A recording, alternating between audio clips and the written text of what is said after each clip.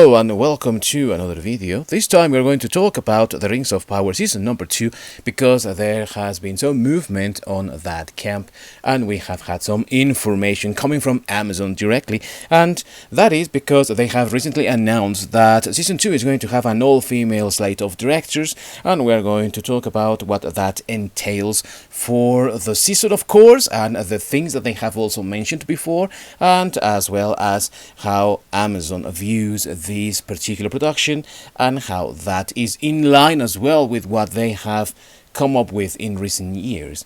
So without any further ado, let's dive into this announcement.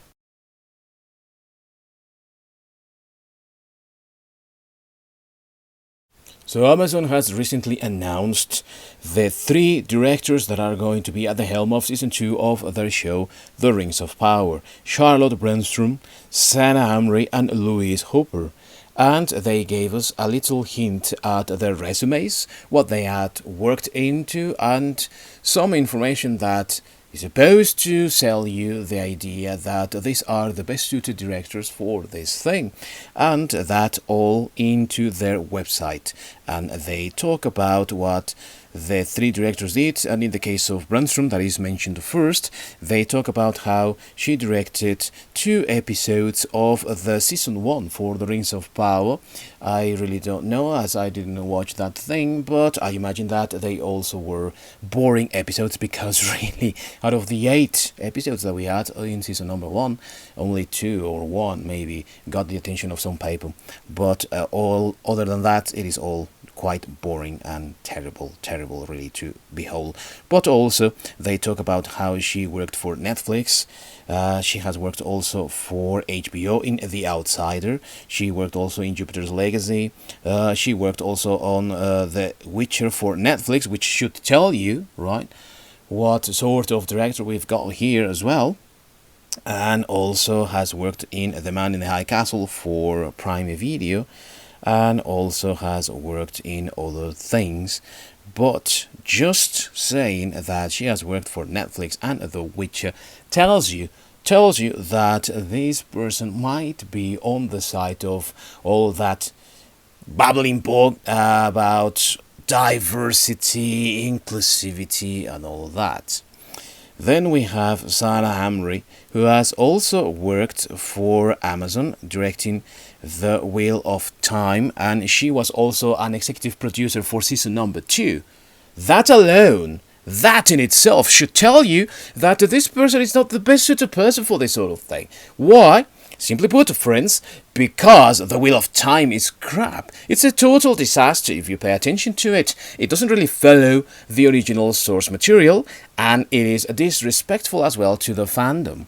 We know that The Wheel of Time tried to boost those feminine characters. The female characters that are there are taking front and center stage, and the real characters that are the protagonists of this thing, well, they are just relegated to the background. And that, alongside with the level of disrespect that some people feel this entails for the original material, well, we can already know that this is not going to be the best of decisions for this. Alongside this, she has also worked on other projects, but that one alone is, for me at least, a red flag. Then we have Louise Hooper, who has also worked for Netflix in The Sandman, which is decent, let's say. Sure enough, that show had race and gender swapping, and we can expect that to be the norm in pretty much every single production, but it was somewhat decent. But also worked for The Witcher. So again, coming from Netflix and these shows that were just raised to the level of this is for representation, inclusivity, diversity, and all that, well, we can expect something of the sort also in The Rings of Power season number 2. Now, why do we mention this? Simply put, because we were told just when season 1 finished by the showrunners themselves that season number 2 was going to be more closely associated to the source material, in this case the appendices, and that we were going to see a much more closer to the book Sauron.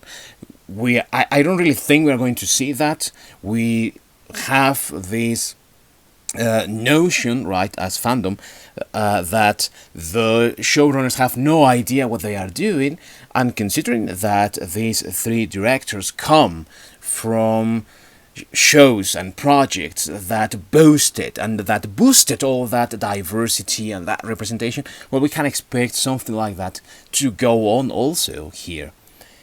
That, however, doesn't mean that they are going against Amazon, and many people are placing some faith in Amazon recently because of the announcement that Henry Cavill is going to be working with them in a Warhammer 40k TV show, and also because they have gotten the rights to make a series as well of the God of War series.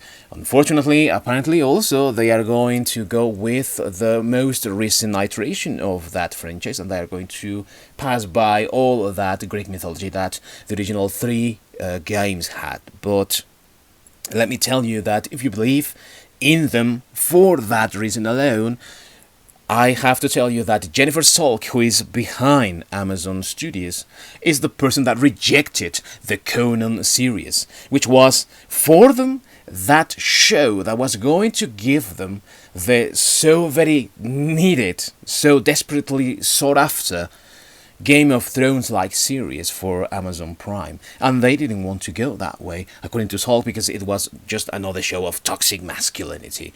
So they didn't go for it, and decided to look for other things, and they got the Wheel of Time, and now that they have the Rings of Power, let me tell you that I don't believe that they are going to pull this off. Also, especially because since 2020, they have released their own playbook, and in it, they ask for all their productions, or most of them at least, to have a lot of representation, both of female and minorities and all that, both on and off the screen. They are accomplishing that with this announcement of these 3 directors, because they are all female, of course, but this is just in keeping up with what they said they were going to do in 2020, and there seems to be no time in the near future when they are going to stop doing that.